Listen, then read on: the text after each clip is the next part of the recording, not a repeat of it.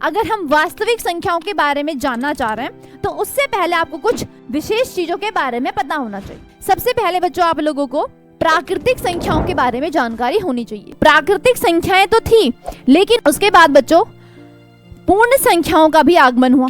बात करेंगे यहाँ पे पूर्णांक संख्याओं की। पूर्णांक को बच्चों इंग्लिश में हम बोलते हैं इंटीजर्स। हम पूर्णांकों के बारे में थोड़ा गहन चर्चा कर लेते हैं कि पूर्णांक क्या होते हैं, है ना। हम आपको सभी चीजें बिल्कुल बारीकी से शुरुआत के साथ बताएंगे। नमस्कार प्यारे बच्चों, मैं सोनाली मैम आपकी मैथ्स एजुकेटर आप सबका स्वागत करते हैं हमारे प्यारे से विद्याकुल परिवार में। तो बच्चों जैसा कि आप सबको पता है कि आप लोगों का जो पहला चैप्टर है वो है वास्तविक संख्याएं, और आज बच्चों हम लोग वास्तविक संख्याओं का एक वन शॉट वीडियो करने जा रहे हैं जहां पे हम आपको सभी चीजें बिल्कुल बारीकी से शुरुआत के साथ बताएंगे। तो चलिए फिर बच्चों बिना देरी किए हुए सेशन को शेयर कर दीजिए अपने दोस्तों के साथ, जल्दी से उन्हें बुला लीजिए क्योंकि आपके लिए वो होने वाली है एकदम रामबाण क्लास, है ना। तो चलिए बच्चों शुरू करते हैं, तब तक अपने दोस्तों को शेयर करना ना भूलना। ओके चलिए, तो बेटा जी सबसे पहले अगर हम बात करें, अगर हम वास्तविक संख्याओं के बारे में जानना चाह रहे हैं तो उससे पहले आपको कुछ विशेष चीजों के बारे में पता होना चाहिए, ठीक है। सबसे पहले अगर बच्चों में बात करूं तो सबसे पहले आप लोगों को किसके विषय में जानकारी होनी चाहिए? सबसे पहले बच्चों आप लोगों को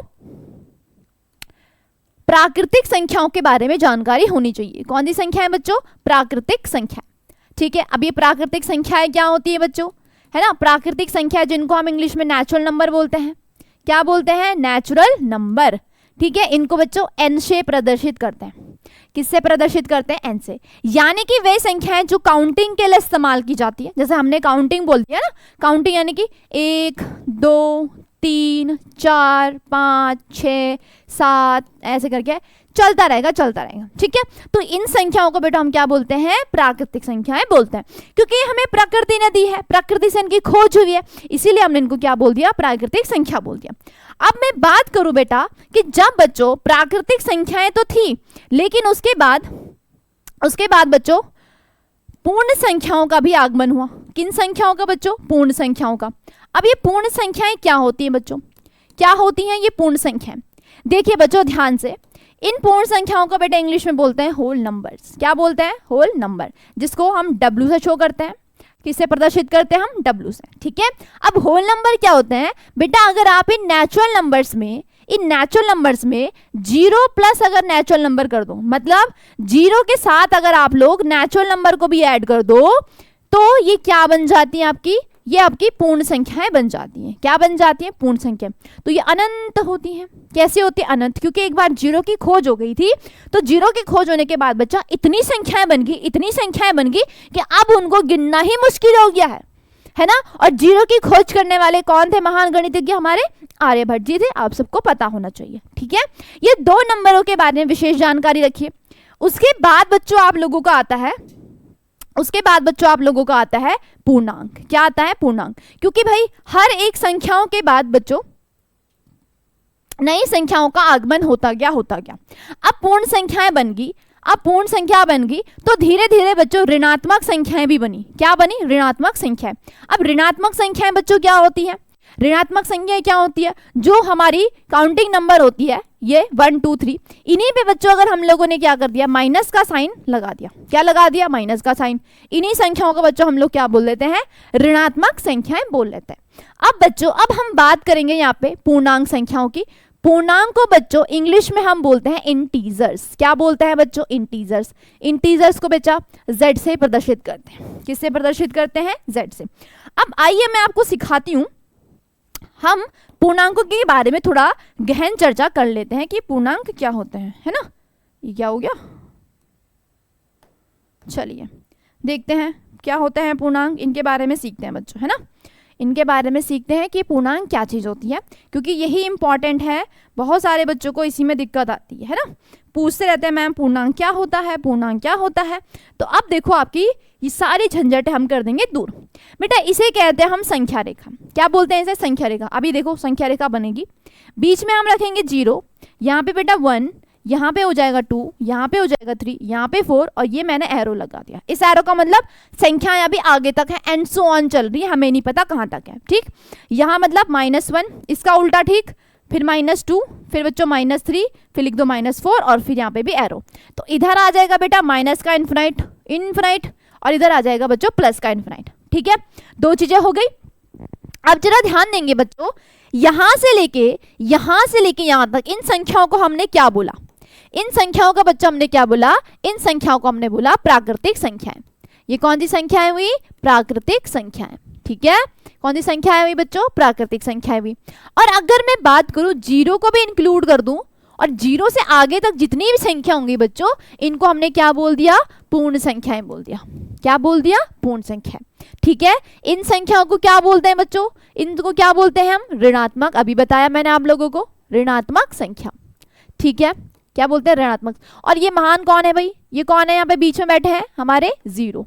कौन बैठे हैं? जीरो।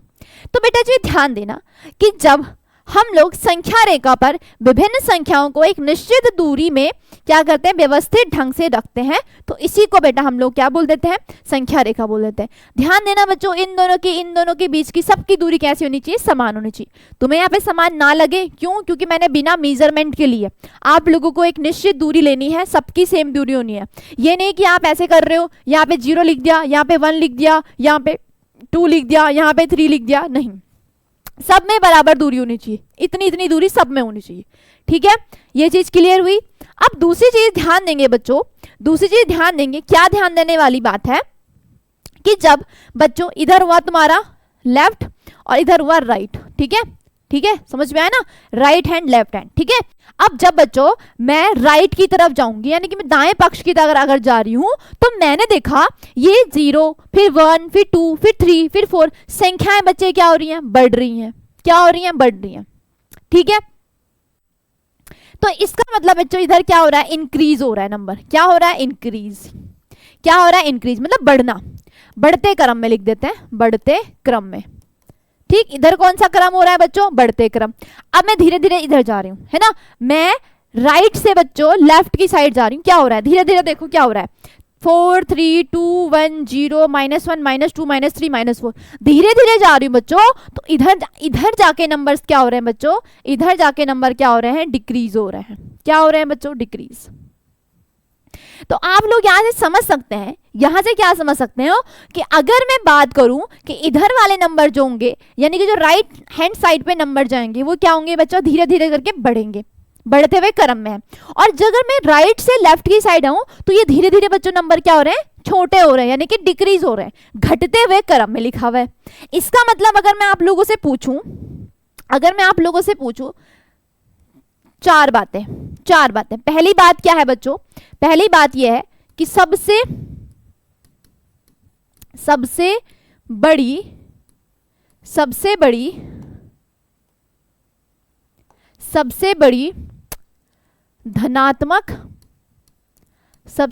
धनात्मक पूर्णांक, इसका उत्तर क्या होगा? बताइए जल्दी से बताइए, है ना? कि सबसे बड़ी धनात्मक पूर्णांक बच्चों क्या होगा? ठीक। और दूसरा मैं अगर आप लोगों से पूछूं कि सबसे छोटी, उत्तर साथ में देते रहेंगे मेरे साथ, ठीक है? सबसे छोटी धनात्मक पूर्णांक, ठीक है? धनात्मक पूर्णांक क्या होगी? ठीक है, इसका उत्तर सारे बच्चे देंगे मुझे, ठीक है? चलिए, ये सारे बच्चे आंसर कमेंट में करेंगे। ऐसे बच्चों अगर मैं आपसे क्वेश्चन पूछ लूं कि सबसे बड़ी ऋणात्मक पूर्णांक, बताइए ऋणात्मक पूर्णांक क्या होगी, है ना? ऋणात्मक पूर्णांक। और अगर ऐसी मैं क्वेश्चन पूछूं आपसे, क्या पूछूं कि सबसे छोटी ऋणात्मक पूर्णांक कौन सी होगी? सबसे छोटी ऋणात्मक पूर्णांक, है ना? ठीक है, अब देखो ध्यान से देखो क्या करना है आप लोगों को। सबसे पहले तो मैंने आपको एक चीज बता दी थी कि अगर मैं इस साइड जाऊंगी तो क्या होगा? इस साइड जाऊंगी लेफ्ट की साइड तो डिक्रीज होंगे नंबर, इस साइड जाऊंगी तो बेटा इंक्रीज होंगे नंबर, ठीक है? अब ध्यान दीजिए, अगर मैं पहले धनात्मक संख्याओं की बात करूं, जो ये प्राकृतिक संख्या है बच्चों, इन्हीं को हम धनात्मक भी बोलेंगे। क्या बोलेंगे? धनात्मक, भाई पॉजिटिव बोलेंगे इनको, है ना? तो पूर्णांक बेसिकली होते क्या है? पूर्णांक बेसिकली होते हैं बेटा धनात्मक, ऋणात्मक और जीरो, ये तीनों मिलकर ही बच्चों क्या बनाते हैं? पूर्णांक बनाते हैं। यानी कि हम बेसिकली कह सकते हैं, सिंपल भाषा में कह सकते हैं कि पूर्णांक में धन संख्याएं, ऋण संख्या है और 0 सबका समावेश होता है। लेकिन बच्चों ये सारी की सारी कैसी होती है, पूर्ण होती है। ना तो यहाँ पे कोई दशमलव आएगी, ना ही यहाँ पे कोई भिन्न आएगी, और ना ही बच्चों यहाँ पे कोई रूट वाली नंबर्स आएंगे। ठीक है, इस चीज का आपको ध्यान देना है। कोई भी बच्चा 1/2 को पूर्णांक नहीं बोलेगा क्योंकि ये पूर्ण नहीं है। कोई बच्चा 2/3 को पूर्णांक नहीं बोलेगा क्योंकि ये पूर्ण नहीं है, ये अधूरी है, आधी है ना, तो ये पूर्णांक के अंदर नहीं आते। लिखा भी है देखो, दशमलव और भिन्न भाग शामिल नहीं होते हैं, इस बात का ध्यान रखेंगे। अब देखो मैं आपसे पूछ रही हूँ धनात्मक में सबसे बड़ी संख्या कौन सी होगी। इस यहाँ से इधर को छिपा दो, ये सब छिप गया, हाइट है, ये हाइट है। इसमें से बताओ सबसे बड़ी संख्या क्या होगी, बता सकते हो तुम लोग? नहीं बता सकते भाई, इन्फिनाइट है बच्चों। क्यों? क्योंकि तुम्हें पता है मैं बोलूंगी 2000, तुम कहोगे मैम 2 लाख, कोई बच्चा कहेगा मैम 3 लाख, कोई बच्चा कहेगा मैम 10 करोड़, कोई बच्चा कहेगा मैम 100 करोड़। नंबर तो कितना बढ़ रहा है, इसका मतलब हम बड़ी संख्या बता नहीं पाएंगे। क्या नहीं बता पाएंगे? बड़ी संख्या। लेकिन अगर मैं पूछूं बेटा इनमें सबसे छोटा कौन, तुम क्या कहोगे? मैम 1 सबसे छोटा, क्योंकि इसके बाद सारे नंबर कैसे हो जाएंगे, बड़े हो जाएंगे, है ना। तो यहाँ पे बेटा इसका आंसर क्या आएगा, यहाँ पे बच्चों इसका आंसर क्या आने वाला है, यहाँ पे आने वाला है बड़ी धनात्मक क्या होगी, इन्फिनाइट होगी, और यहाँ पे छोटी क्या होगी बेटा, 1 होगी।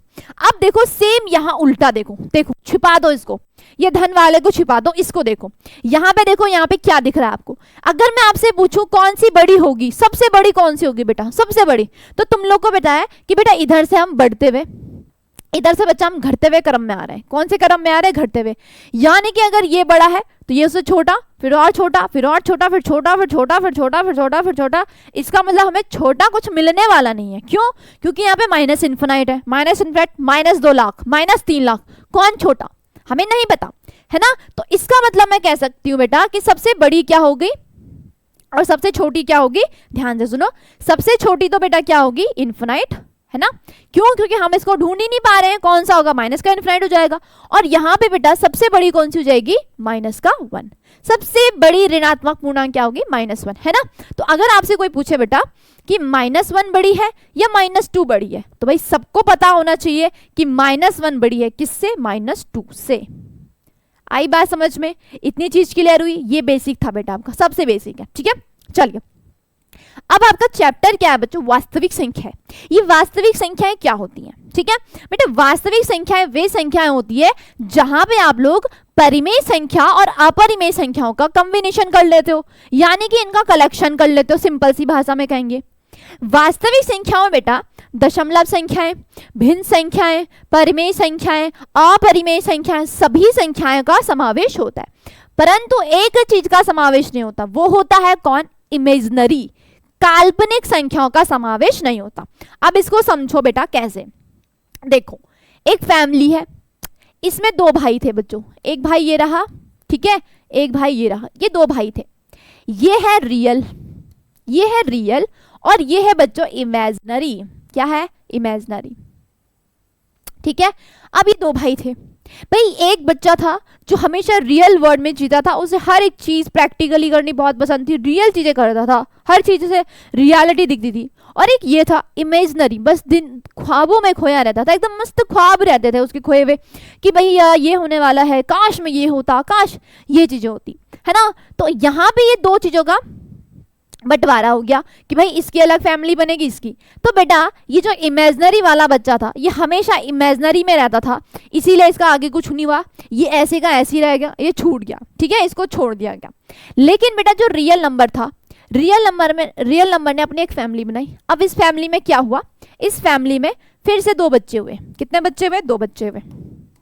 ठीक, एक आया बेटा आपका रेशनल नंबर और एक हुआ बेटा इरेशनल नंबर। क्या हुआ, ये रेशनल नंबर है बच्चों, क्या है, रेशनल, यानी कि बच्चों परिमेय संख्या। क्या है बच्चों, परिमेय, है ना। रियल मतलब यहाँ पे वास्तविक लिख देती हूँ, ठीक है, ये हो जाएगा वास्तविक, ठीक है। और इमेजिनरी मतलब होता है बेटा काल्पनिक। क्या होता है, काल्पनिक, ठीक है, काल्पनिक संख्या। ठीक, ये चीज हो गई। ये अगर परिमेय है तो बेटा ये क्या है, अपरिमेय है। क्या है, अपरिमेय। ठीक है, आई बात समझ में।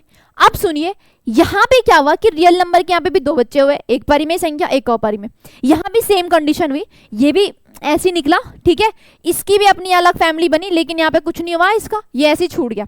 लेकिन बेटा जो आपकी परिमेय संख्या हुई, इसकी फिर से क्या हुई, फैमिली बनी, इसकी फिर से क्या बनी, फैमिली बनी। तो परिमेय संख्या के अंदर जो अभी तक मैंने आपको पढ़ा लिया, क्या पढ़ा लिया, पूर्णांक पढ़ा लिए, भिन्न पढ़ा लिए, दशमलव हो गए, पूर्णांक संख्या हो गई, पूर्ण संख्या हो गई, है ना, आपकी प्राकृतिक संख्या होगी, ये सब किसके अंदर आते हैं बेटा, परिमेय संख्या के अंदर आते हैं।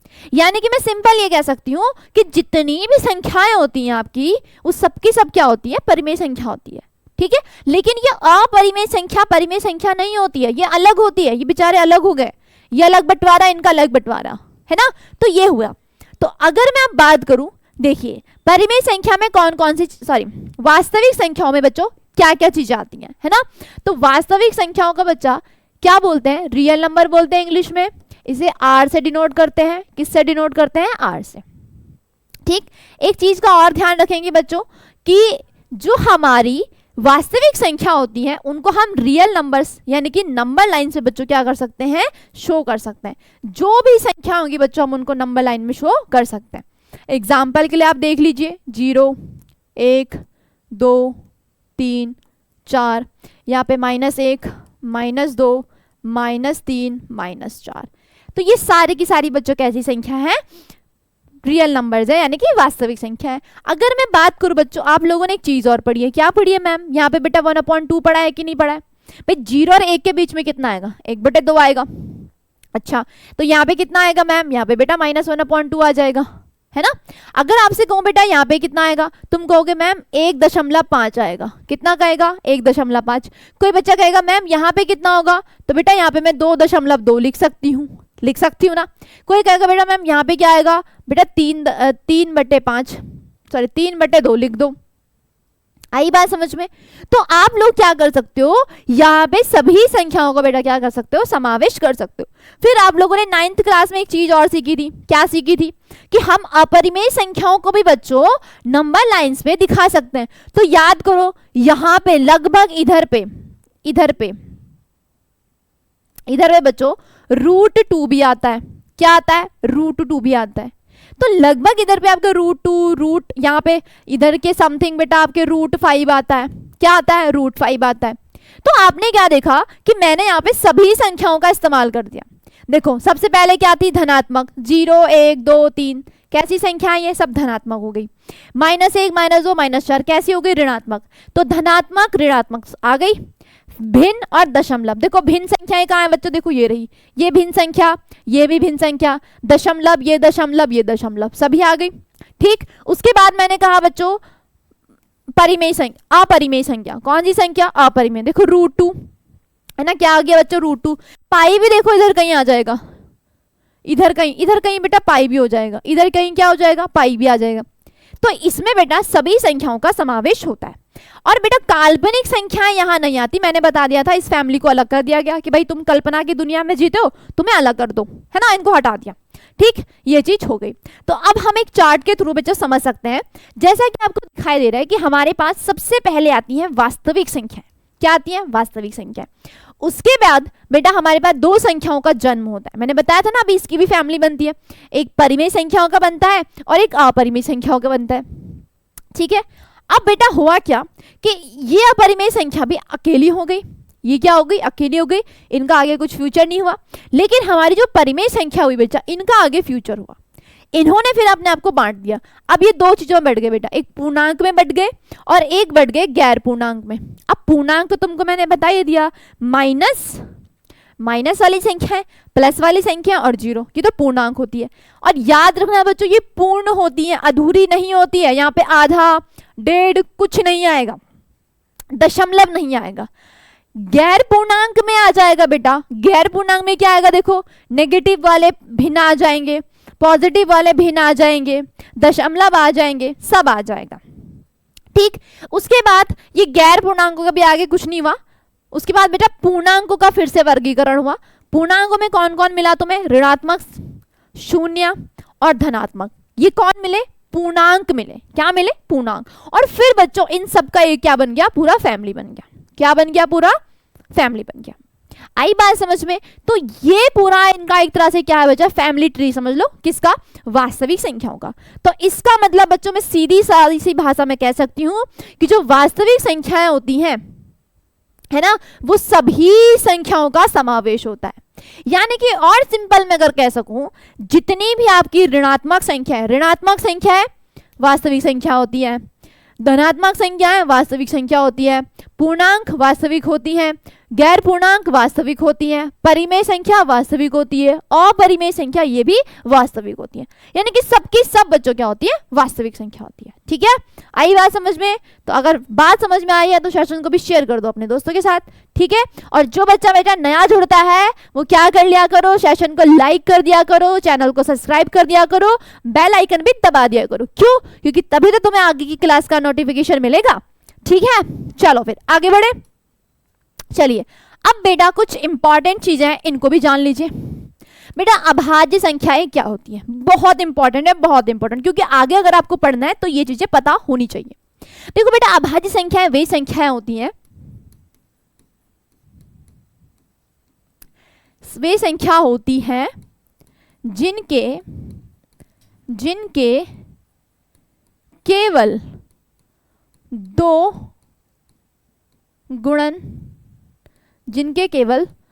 गुणनखंड होते हैं, दो गुणनखंड होते हैं। पहला कौन सा, एक, और दूसरा बेटा स्वयं, दूसरा बेटा स्वयं।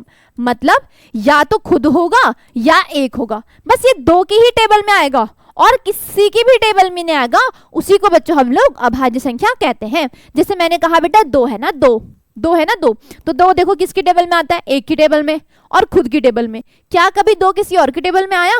नहीं आया मैम। ऐसे बेटा तीन देखो, तीन किसकी टेबल में आया, एक की, दूसरा तीन की, क्या ये किसी और की टेबल में आया? नहीं आया मैम। तो ये जो बेटा क्या होता है तुम्हारे, ये जो तुम्हारे क्या होते हैं नंबर्स होते हैं, इन्हीं को हम क्या बोलते हैं, इन्हीं को हम क्या बोलते हैं, अभाज्य संख्याएं बोलते हैं। तो अभाज्य संख्या बेटा कहाँ से शुरू होती हैं, 2 से, 2, 3, 5, 7, 11, 13, 17, 19, 23 और ऐसे बेटा आपका ये चलता रहेगा, चलता रहेगा, चलता रहेगा। ठीक, अब दूसरी चीज आपसे क्वेश्चन पूछ लिया जाएगा कि सम अभाज्य संख्या, आपसे पूछा जाएगा बेटा सम अभाज्य संख्या कौन सी है, इनमें से सम अभाज्य संख्या कौन सी है। तो बेटा यहाँ पे सिर्फ और सिर्फ कौन दिखाई देगा आपको, यहाँ पे सिर्फ और सिर्फ कौन दिखाई देगा, 2। 2 बेटा एक ऐसी संख्या है जो सम होने के साथ साथ अभाज्य संख्या है। क्या बोला मैंने, कि जो सम होने के साथ साथ अभाज्य संख्या है। और एक चीज आपको और बता दी जाए, अगर एक चीज अगर आपको और बता दी जाए कि बेटा अगर आप कहेंगे मैम एक क्या होता है, मैम एक का बता दीजिए मैम, है ना। अगर आप कहोगे मैम एक क्या होता है, अभाज्य संख्या होती है कि नहीं होती है ना, तो बेटा एक भी नहीं होती है। चलो इसको, ठीक है, ये हो गया। चलो नेक्स्ट देखते हैं बच्चों, भाज्य संख्या। भाज्य संख्या क्या होती है बेटा, भाज्य संख्या वे संख्या होती है जिनके 2 से ज्यादा गुणनखंड होते हैं। साफ सीधी बात है भाई, अभाज्य क्या बोली, जिसके केवल और केवल 2 गुणनखंड होते हैं। कौन कौन से, एक और खुद। लेकिन बेटा भाज्य संख्या वे संख्या होती हैं जिनके बेटा 2 से अधिक गुणनखंड हो गए तो समझ जाओ कि ये क्या है, भाज्य संख्याएं हैं। जैसे मैं अगर उदाहरण की जैसे बच्चों मैं उदाहरण की बात करूं, अगर मैं उदाहरण की बात करूं, मैं 4 लेती हूं। क्या लेती हूं, 4। तो ध्यान दीजिए बच्चों, 4 देखो, 4 एक की टेबल में भी आता है, जी मैम। बेटा 4 2 की टेबल में भी आता है, तुम कहोगे हाँ जी मैम। फिर तुम कहोगे मैम 4 4 की टेबल में भी आता है।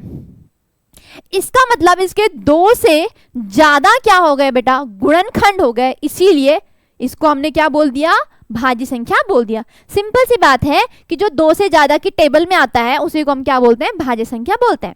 जैसे मैं बात करूं बेटा 6 की देखो किसकी टेबल में आता है, 1 की, 2 की, 3 की और 6 की। देखो कितनी टेबल में आ गया, 4 टेबल में आ गया। कितनी टेबल में आ गया, 4 की। इसका मतलब बच्चों ये भी क्या है, तुम्हारी भाज्य संख्या है।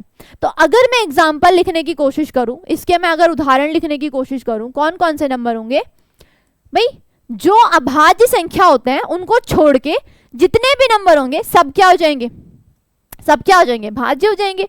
तो 4, 6, 8, 10, 12, 14, अच्छा 9 भी होगा बच्चों, 9 भी होगा, 9 तो मैं भूल ही गई। 9 हो गया, 10 हो गया, 12 हो गया, 14 हो गया, 15 हो गया, 16 हो गया, 18 हो गया, बाकी के तो खुद लिखो। 9 का भी देख लो मैम, 9 कैसे हो गया, देखो भाई 9 की टेबल में आता है, 1 की, 3 की और खुद की। कितने हो गए भाई, कितने गुणनखंड हो गए बच्चों, 3 हो गए। कितने हो गए, 3। 3 मतलब 2 से ज्यादा, है ना। तो इसको भी हम लोगों ने क्या बोल दिया, भाज्य संख्या बोल दिया। ठीक है, आई बात समझ में, बहुत इंपॉर्टेंट है, इसको अच्छे से समझ लो।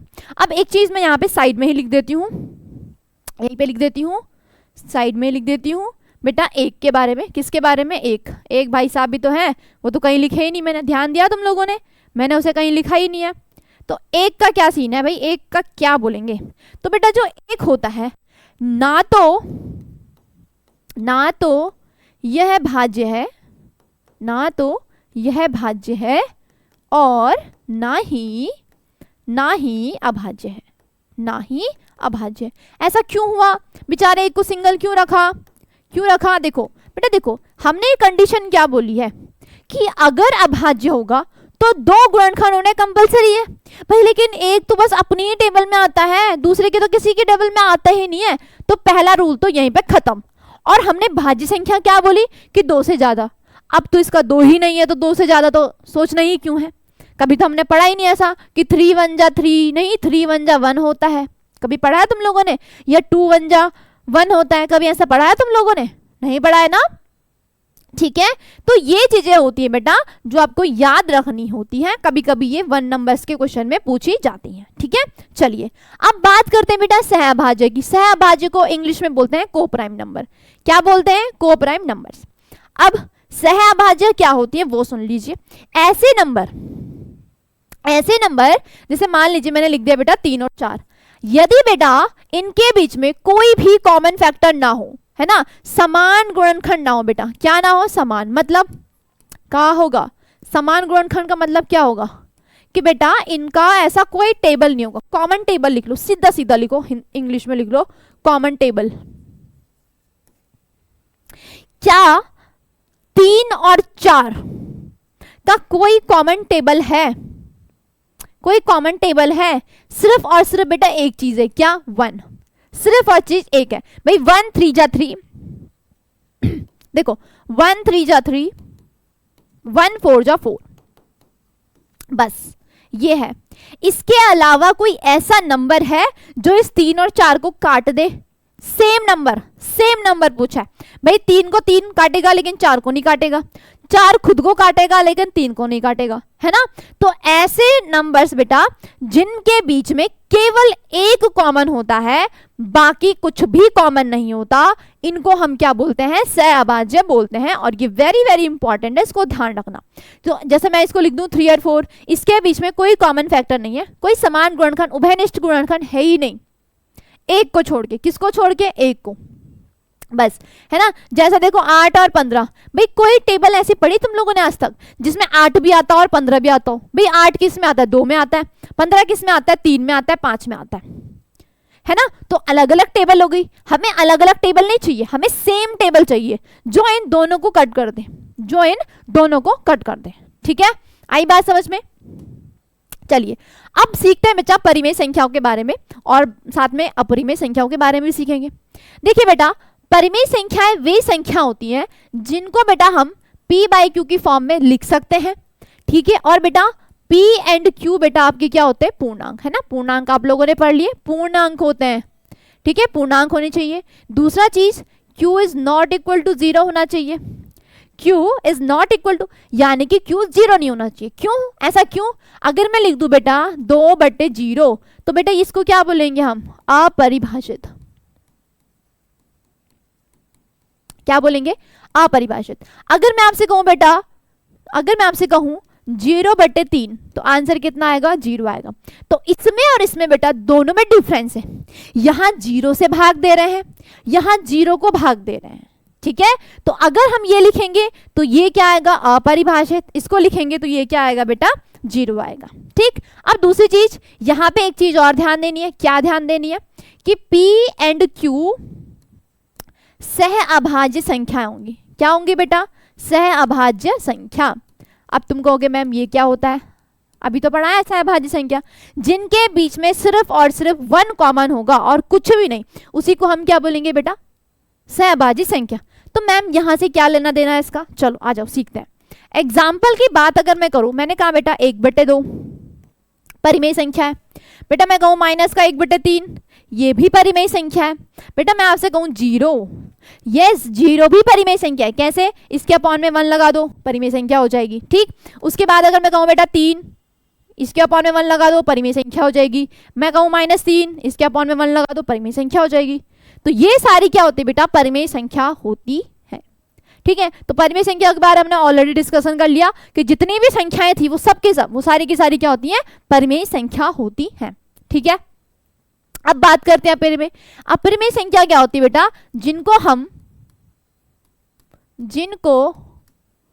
P/Q के रूप में नहीं लिखा जा सकता, नहीं है ना, नहीं लिखा जा सकता, बस है ना। और इसी को बेटा क्या कहते हैं, इसी को हमने क्या कहा था, Q is not equal to 0, ये कंडीशन में होनी चाहिए।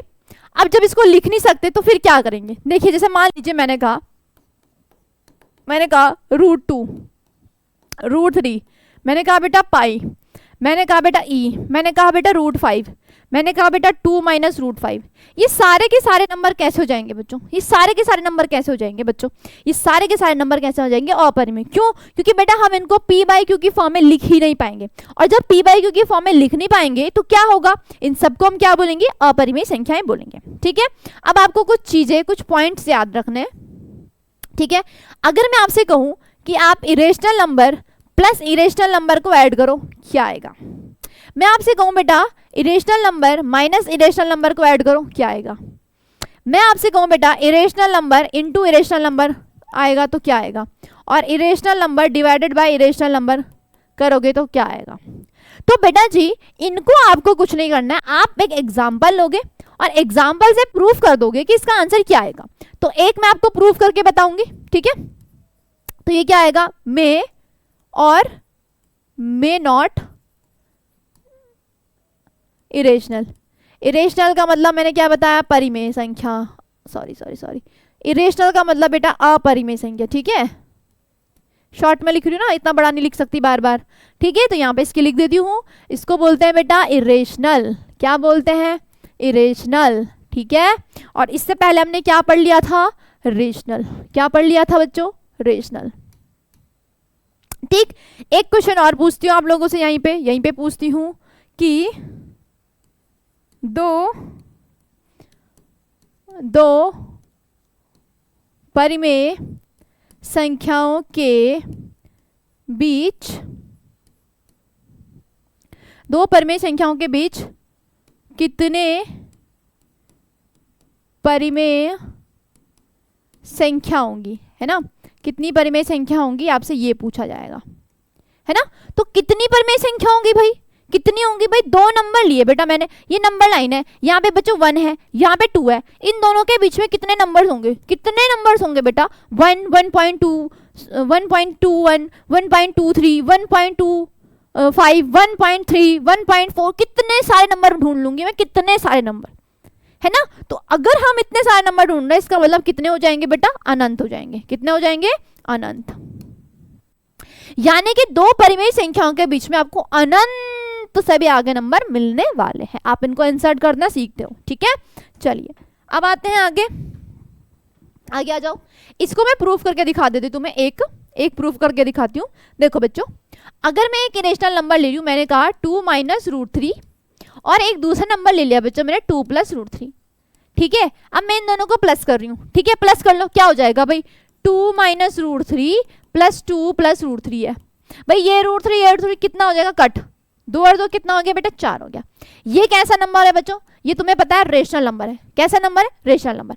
अब मैं बात करूं बेटा 2 - √3 और प्लस 2 प्लस √5, ठीक है। ये मैंने बात कर दी, दोनों को ऐड कर दो, दोनों को ऐड कर दो, कितना आएगा, 2 और 2 बचा 4 हो जाएगा, माइनस का √3 और प्लस का √5। अभी तो जुड़ेंगे नहीं, ये दोनों जुड़ नहीं सकते, तो ये नंबर कैसा नंबर हो गया, ये नंबर कैसा नंबर हो गया बेटा, ये हो जाएगा इरेशनल नंबर। क्या हो जाएगा, इरेशनल। तो यानी कि बेटा जब आप दो इरेशनल नंबर्स को ऐड करते हो, माइनस करते हो, इनटू करते हो और डिवाइड करते हो, तो वो हमेशा बच्चों कैसे नंबर बनते हैं, इरेशनल नंबर। कभी इरेशनल नंबर बनते हैं, कभी रेशनल नंबर बनते हैं। आपको बस यही चीज पूछी हुई थी, तो कभी सेम जगह सेम सेम सेम, ठीक है। ये चीज क्लियर हो गई। अब एक चीज और क्लियर कर लेते हैं, एक चीज और क्लियर कर लेते हैं बच्चों। देखो आपसे कोई पूछे 0 के इंटू आप अपरिमेय के साथ कर रहे हो, ठीक है, 0 के इंटू आप अपरिमेय संख्या के साथ कर रहे हो, कैसा नंबर आएगा। और 0 के इंटू बेटा आप परिमेय संख्या के साथ कर रहे हो, कैसा नंबर आएगा, है ना। तो आप लोगों ने अगर देखा बच्चों, आप लोगों ने देखा 0 के इंटू किसी के साथ भी कर लो, 0 इंटू √3 करो, कितना आएगा 0, 0 इंटू 3 करो बच्चों, कितना आएगा 0। तो दोनों स्थिति में 0 आया, मतलब ये कैसा नंबर आया बच्चों, ये कैसा नंबर आया बच्चों, परिमेय नंबर आया। कैसा आया, परिमेय। कैसी संख्या आई बच्चों, परिमेय संख्या आई, है ना। तो ये भी इंपॉर्टेंट पॉइंट है, इसको आप ना रख के रखना याद, ठीक है। चलिए नेक्स्ट बढ़ते हैं फटाफट से। देखो भाई अब बच्चों आप लोगों ने दो चीजें सीखनी है फटाफट से।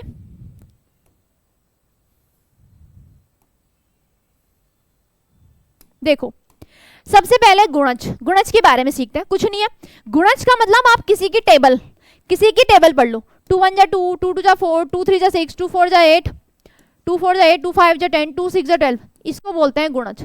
शुद्ध शब्द सीधी सी भाषा में गुणज मतलब दो की टेबल पढ़ दो, इसी को गुणज कहा जाता है और कुछ नहीं है, ठीक है।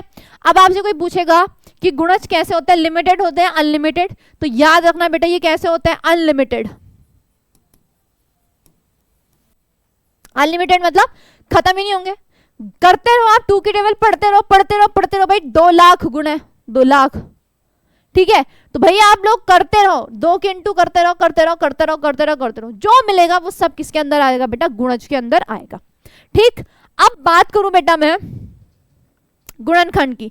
अब मैं किसकी बात करूं, गुणनखंड। गुणनखंड क्या होता है भाई, सीधी सी बात है, मैंने आपको एक नंबर लिख दिया 12, मैंने कहा इसके गुणनखंड निकालो। कुछ नहीं है गुणनखंड का मतलब, ये बता दो कि 12 किस किस की टेबल में आता है, बस बात खत्म, वही उसके गुणनखंड हो जाएंगे। तो आप लोग कहोगे मैम 1 की टेबल में आता है, मैम 2 की टेबल में भी आता है, मैम 3 की टेबल में भी, मैम 4 की टेबल में भी, मैम 6 में भी और मैम 12 में भी।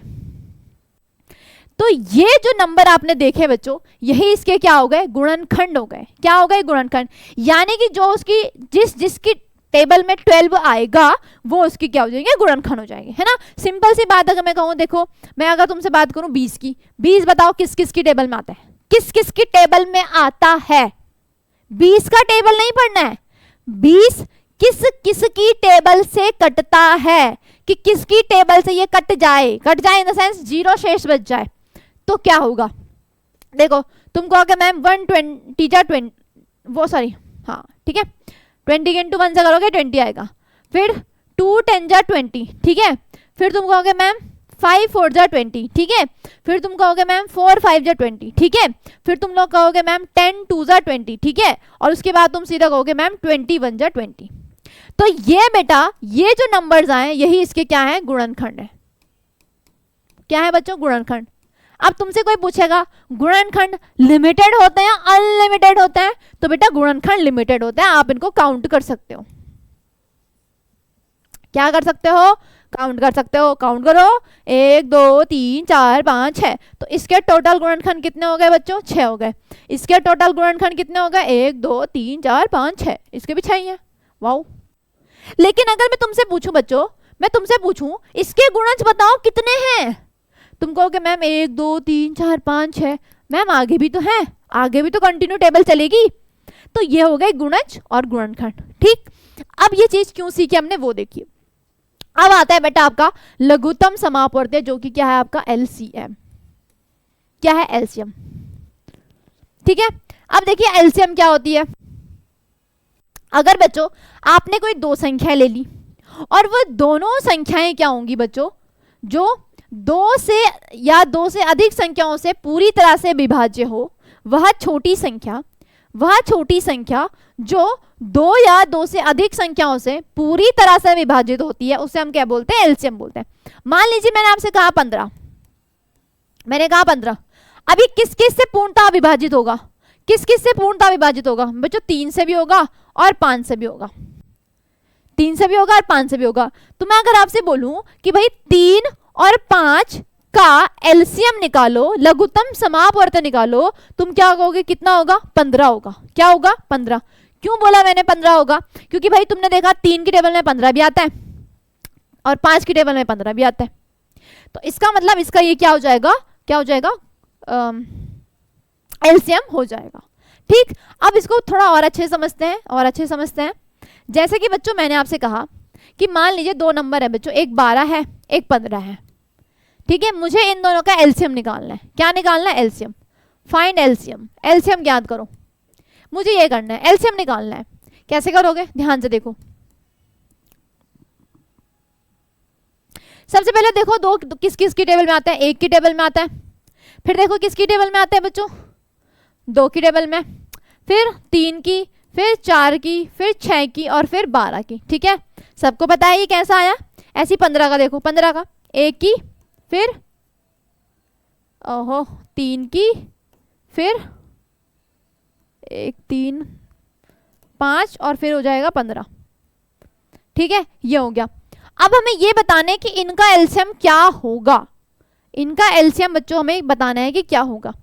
तो देखो, अगर मैं देखूं, अरे एक मिनट, एलसीएम निकालना है बच्चों। ठीक है, देखो इसमें देखो क्या होगा। 12 की टेबल पढ़नी है। 48 12 25 60 12 छक्के 72 84 12 98। ठीक है, पूरे टेबल नहीं लिख रही हूँ, इतनी टेबल लिख रही हूँ भाई। एलसीएम था ना बच्चों, सॉरी है। एलसीएम का मतलब यहाँ पे एम मतलब क्या होता है बच्चों? मल्टीपल मतलब गुणज। किसकी बात होनी थी? गुणज की बात होनी थी। ठीक है, किसकी बात होनी थी बच्चों? गुणज की बात होनी थी। तो ध्यान देना, गुणज निकालने थे। एलसीएम है ना, तो गुणज निकालने थे। फिर देखो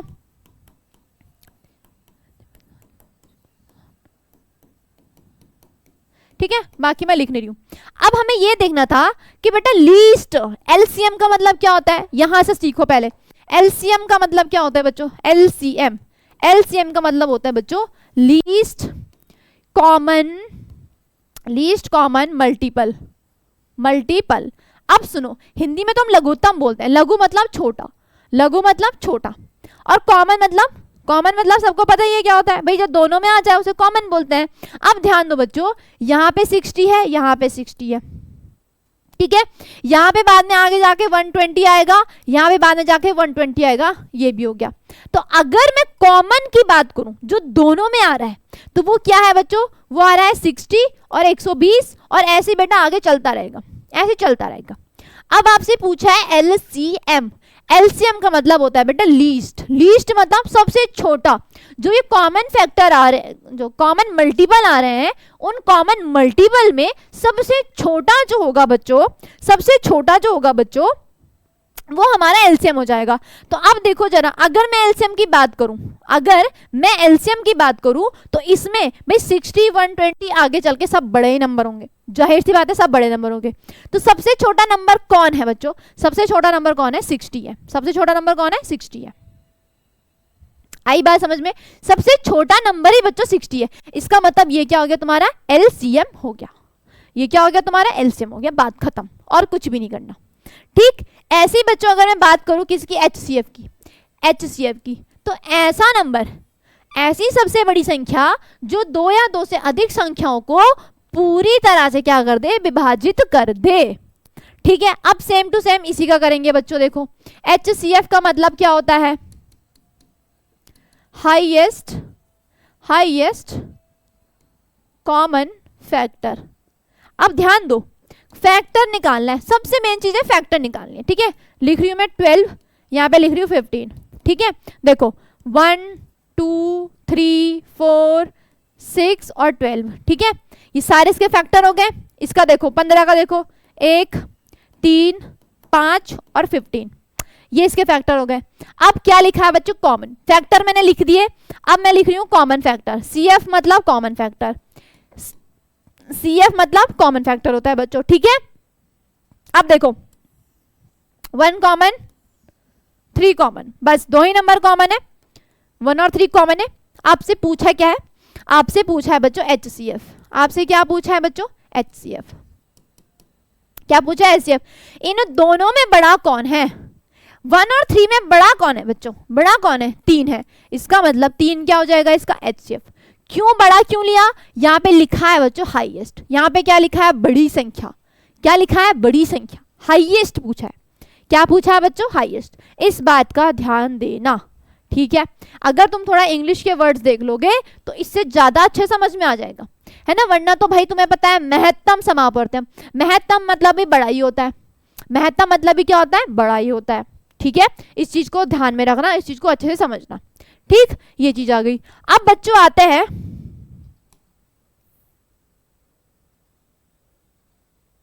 एक चीज और है, क्या आते हैं बच्चों, अभाज्य गुणनखंड पे।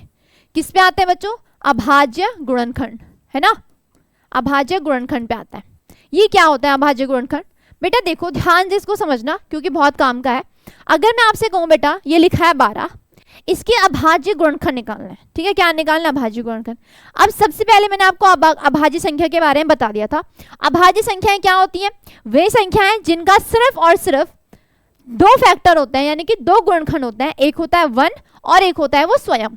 तो वो कौन कौन से नंबर थे, वो कौन कौन से थे बेटा, 2 3 5 7 11 13 17 19 चलता रहेगा, ठीक है, ऐसे चलता रहेगा। अब आपको एक चीज ध्यान देनी है, वो चीज क्या है बच्चों, ध्यान से देखो।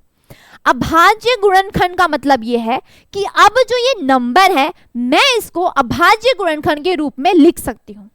किसके रूप में लिख सकती हूँ, अभाज्य गुणनखंड के रूप में। कैसे लिखना है वो चीज समझिए। देखो सबसे पहले बेटा सबसे छोटी अभाज्य संख्या क्या है, 2 है। चेक करके देखो 2 से कट रहा है क्या, जो भी संख्याएं आप लोगे बच्चों वो सब क्या लोगे, इन्हीं संख्याओं को लोगे, इनके अलावा आप किसी और संख्या को नहीं लोगे।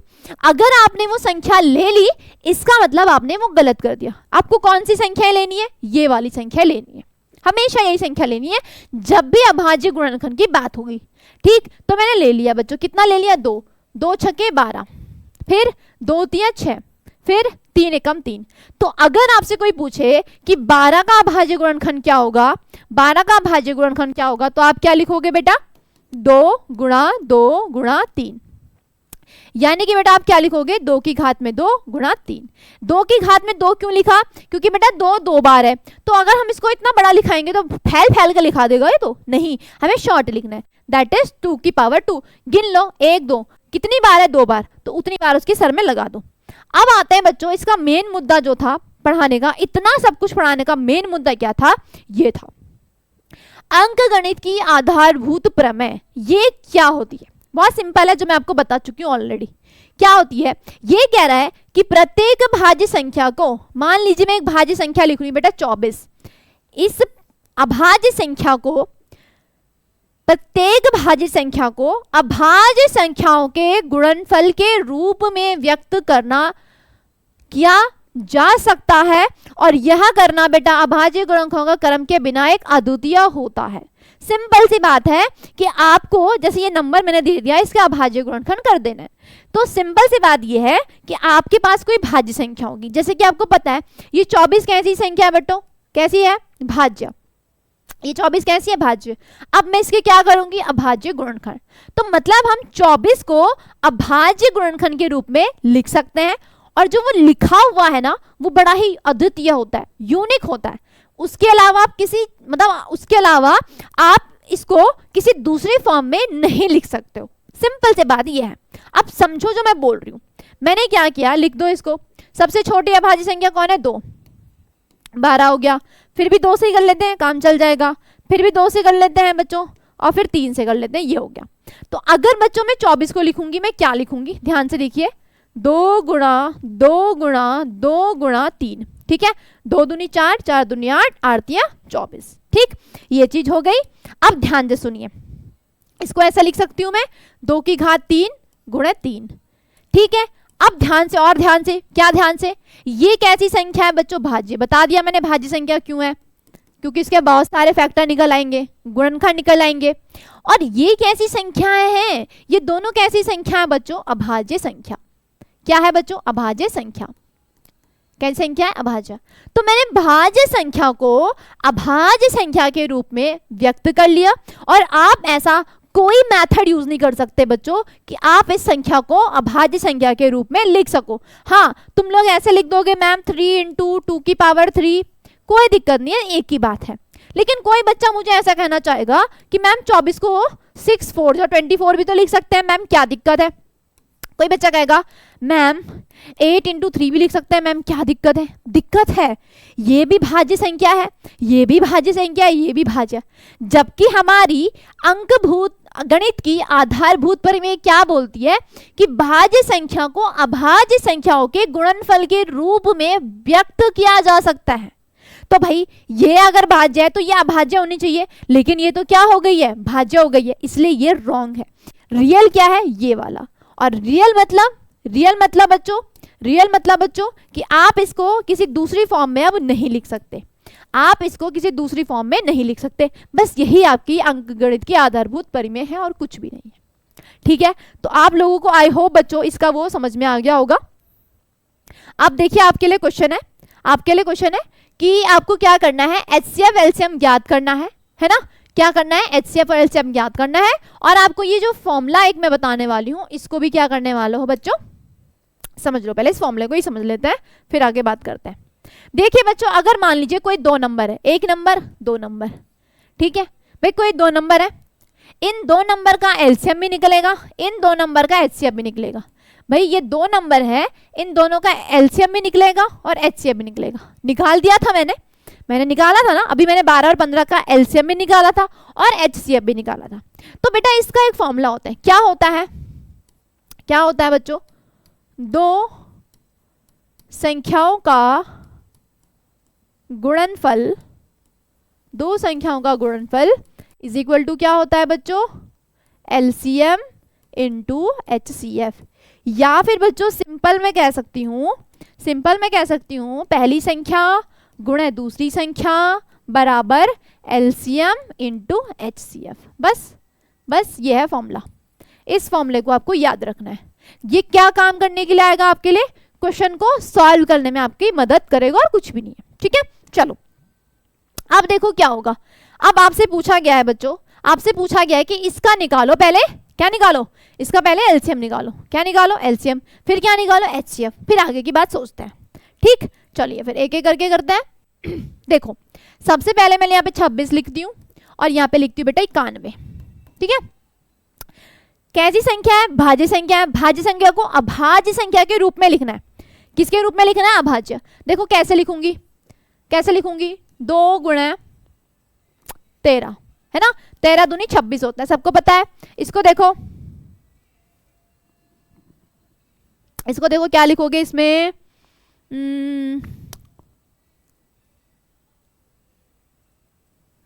7 × 13 लिख दोगे बेटा। ठीक है, 13 7 91 होता है। ठीक, ये चीज हो गई। अब आपसे कोई पूछेगा इसका LCM निकालो। तो LCM के लिए देखो बच्चों क्या करना है, LCM के लिए बच्चों क्या करना है,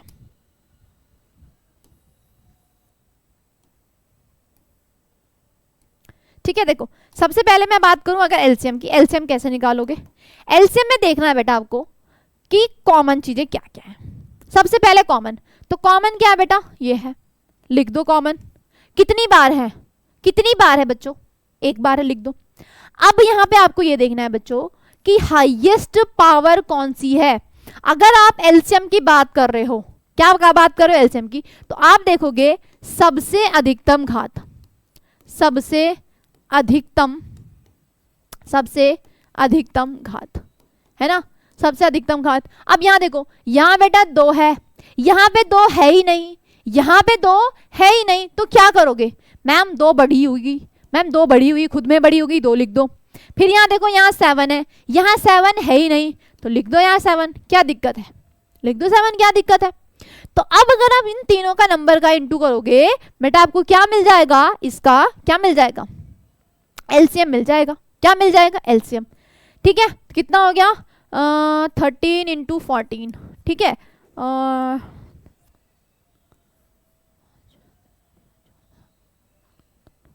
182 आ रहा है शायद ना, कितना आएगा? 182। ठीक है, इस चीज को आपको ध्यान देना है। क्या देना है? ध्यान देना है। ठीक है, चलिए अब हमें इसका बेटा एचसीएफ भी निकालना है। क्या निकालना है? एचसीएफ। अब देखो एचसीएफ में क्या करते हैं, एचसीएफ में बच्चों क्या करते हैं? एचसीएफ में करते हैं सबसे छोटी घात देखनी, सबसे छोटी घात देखनी है। क्या देखनी है बच्चों? सबसे छोटी घात देखनी है। ठीक है, क्या देखनी है? सबसे छोटी घात। तो अगर मैं बात करूं यहां पे देखो बच्चों 13 तो कॉमन है ना दोनों में, 13 तो कॉमन है ना, लिख दो 13 को, तो लिख दो क्योंकि दोनों में कॉमन है तो लिखना तो पड़ेगा। घात देखो यहाँ पे भी एक है, यहाँ पे भी एक है, तो भाई दोनों में सेम घात है तो बेटा लिख दो। अब यहाँ देखो बेटा, यहाँ 2 है और यहाँ कुछ है ही नहीं, छोटा कौन हुआ भाई? 2 यहाँ है, 2 यहाँ है नहीं, छोटा कौन हुआ? जो कुछ नहीं है वही छोटा होगा। तो बस कुछ लिखना ही नहीं है, कुछ लिखना ही नहीं है, 1 लिख दो। यहाँ 7 है, यहाँ 7 नहीं है, मतलब यहाँ 7 है, यहाँ 7 नहीं, मतलब यहाँ कुछ भी नहीं है, तो छोटा कौन हुआ? जो कुछ नहीं है, मतलब यहाँ पे भी 1 हो गया। तो इसका एचसीएफ कितना आएगा बच्चों? 13 आ जाएगा। क्या आ जाएगा? 13। अब हमें क्या प्रूफ करना है? ये कथन जो लिखा है इसे हमें प्रूफ करना है। ठीक है, चलो करते हैं। पहले करते हैं बेटा दो संख्याओं का गुणनफल, यानी कि first number into second number. कितना है फर्स्ट नंबर बच्चों? फर्स्ट नंबर कितना है बेटा? 26 इंटू 91। ठीक है, 26 इंटू 91। ठीक है, अब देखते हैं कि क्या हम लोग इसको कर पाएंगे, है ना। देखो क्या हम इसको कर पाएंगे, देखो सामने करूंगी। 26 इंटू 91 कितना आ रहा है बच्चों? कितना आया बच्चों? देखो 2366। ठीक है, 2366 आया। ठीक, दूसरा देखो बच्चों HCF इंटू LCM। ध्यान से देखो, HCF इंटू LCM है ना, दोनों को इंटू करो। कितना है भाई HCF? 13। LCM कितना है बेटा? 182। काउंटिंग करो इनकी फटाफट से, इंटू करो फटाफट से, करो यार। कितना आया? 13 इंटू 182। कितना आया? देखो 2366। कितना आया? 2366। इसका मतलब बेटा ये कथन बिल्कुल क्या है? वेरीफाई है। वेरीफाई है। क्या है बच्चों? वेरीफाई है। आई बात समझ में? तो ऐसी सिंपल क्वेश्चंस बच्चों आपके क्या आने वाले हैं, पेपर में आए जाते हैं, यही पूछा जाता है। ठीक है, अगर मैं नेक्स्ट क्वेश्चन की बात करूं, इस क्वेश्चन की बात करूं, आपसे क्या पूछा है? आपको 2 नंबर्स दिए हैं, 2 नंबर्स का आपको HCF दिया है, आपको 2 नंबर का LCM ज्ञात करना है। ठीक है, तो देखो भाई, पहला नंबर अगर मैं लिखूं बेटा कितना है? 306। दूसरा नंबर अगर मैं लिखूं बेटा कितना है? 657। HCF बच्चा आपको दिया है कितना? 9। LCM बच्चों आपको निकालना है। मैम आपने तो सिखाया नहीं कैसे निकालना है। अरे बहुत आसान है, देखो तुमको पता है बच्चा, first number into second number क्या होता है बच्चों? HCF into LCM। ठीक है, यही होता है कि नहीं होता है?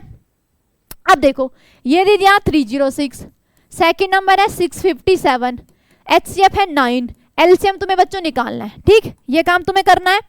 अब क्या करोगे? LCM निकालना है ना, LCM निकालना है, इससे डिवाइड कर दो 306 इंटू 657। ठीक है, अपॉन में कर दो बेटा 9। ठीक, अब इसको इससे डिवाइड कर दो, 9 ये 27 और कितना बचेगा? 9 चौको 36। ठीक है, इससे कट गया। अब इन दोनों के इंटू करो भाई, 34 इंटू 657 के इंटू करो, कितना आएगा बच्चों? लगभग आएगा तुम्हारा 2। रुको एक मिनट करके देख लेते हैं बच्चों।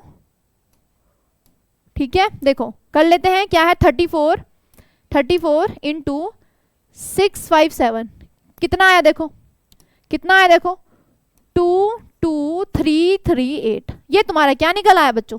ये तुम्हारा क्या निकल आया बच्चों? LCM निकल आया। क्या निकल आया? LCM। बस यही इसमें करना था, है ना। तो ये सारी चीज बहुत इंपॉर्टेंट होती है बच्चों आप लोगों के लिए। ओके, समझ में आई बात? तो चलिए बच्चों आगे देखते हैं कि आगे इसमें हमें क्या करना है। हम लोगों ने क्या सीखा था अभी कि भाई जो हमारे पास HCF दे रखा है बच्चों, 2 नंबर्स का वो दिया है 9, आप लोगों को उन दोनों का एलसीएम निकालना है। ठीक है, आपके पास ये फॉर्मूला याद रखना है कि जो आपका फर्स्ट नंबर होगा और जो सेकंड नंबर होगा बेटा, इन दोनों का जो मल्टीप्लाई होता है वो एचसीएफ इंटू एलसीएम के बराबर होता है। और यही फॉर्मूला आप लोगों को क्या करना है, बिल्कुल अपने दिमाग में बिठा देना है, क्योंकि यहाँ से एक क्वेश्चन तुम्हारा आने वाला है, इंपॉर्टेंट है और कंफर्म भी है। ठीक, चलिए अब बच्चों हम लोग पहुंच जाते हैं कहाँ पे, अपरिमेय संख्या के बारे में कि अपरिमेय संख्या बच्चों क्या होती है। ठीक, अब देखिए बच्चों, जैसे अपरिमेय संख्या क्या हुई कि जिनको हम p बाई क्यू की फॉर्म में के रूप में नहीं लिख सकते, के रूप में व्यक्त नहीं कर सकते, नहीं कर सकते। ठीक है, इन्हीं को बेटा हम लोग क्या बोलते हैं, इन्हीं को हम लोग क्या बोलते हैं, इन्हीं को बच्चों हम लोग अपरिमेय संख्या बोलते हैं। अब याद रखना बच्चों, बार बार मैं अपरिमेय संख्या को इरेशनल नंबर भी बोलूंगी। क्या बोलूंगी, इरेशनल नंबर। तो आप लोगों को ये चीज ध्यान देनी है कि अपरिमेय संख्या को क्या बोला जाता है बच्चों, इरेशनल नंबर बोला जाता है। ठीक है, तो जिनको आप p बाई क्यू की फॉर्म में नहीं लिख सकते हो उन्हीं को आप क्या कहोगे, उन्हीं को आप क्या कहते हो, अपरिमेय संख्या कहते हो।